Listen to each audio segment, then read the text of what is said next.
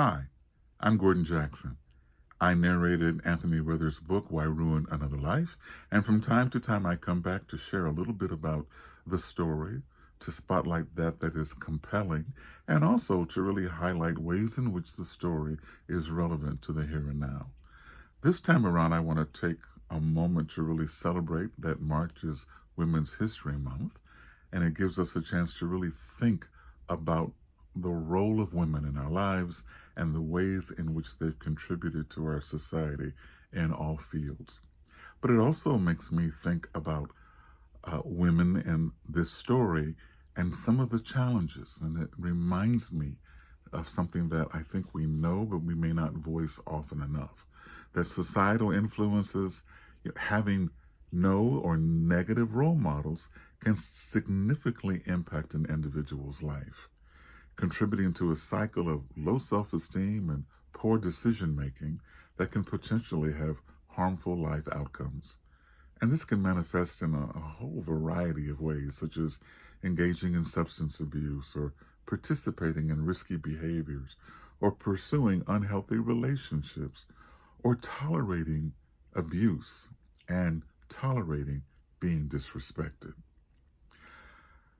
During this blog, this moment, I'm going to share a little bit about a woman that I just hold in great esteem because what she's given to society. And then I'm going to read an excerpt from the story between two women and looking at how these two women are communicating to one another. I do want to spotlight Rita Moreno. Rita Moreno is one of the few that we can identify as an EGOT.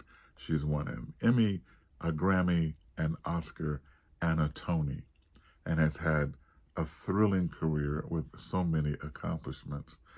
But early in a recent interview, early in her life, she shared that she had just great uneasiness about being Latina, great uneasiness about being in her own skin and seeing if or believing that she wasn't worthy, and that had a huge impact on her life, to the point that she got involved in a relationship with another actor who was abusive and mean to her, and she attempted to take her own life many, many years ago. She's currently 92, so we're talking about a long time ago.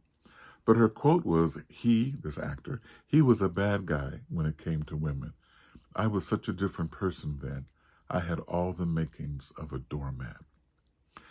So today I'm going to challenge all of us to think about how we can lift women up and provide role models and provide them access to role models so that their worth is never questioned and their decision-making is just fortified by all of our efforts. In this excerpt, I'm going to read, it's between Novella, a very, very strong character, and Marva, who's a central character in the story, but in many ways a tragic character. You can see the balance and the stark difference between these two personalities. Marva perhaps never had a chance to realize then and there what a gift Novella was to her. And that's something that I want all women to have, of course, and men as well, those gifts, those people in their lives that make them better. The excerpt. Novella takes Marva's hand and leads her to the couch to sit down. Girl, for the first time in my life, I'm going to be serious. There is something about that man I just don't like. Why? 'Cause he don't laugh at your jokes? Marva asked, shrugging off Novella.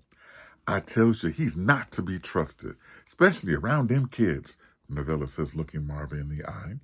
He a little strict, Marva says, leaning into Novella. But the kids need that strong hand that only a man can give. It's more than that, Novella says, gripping Marva's hand.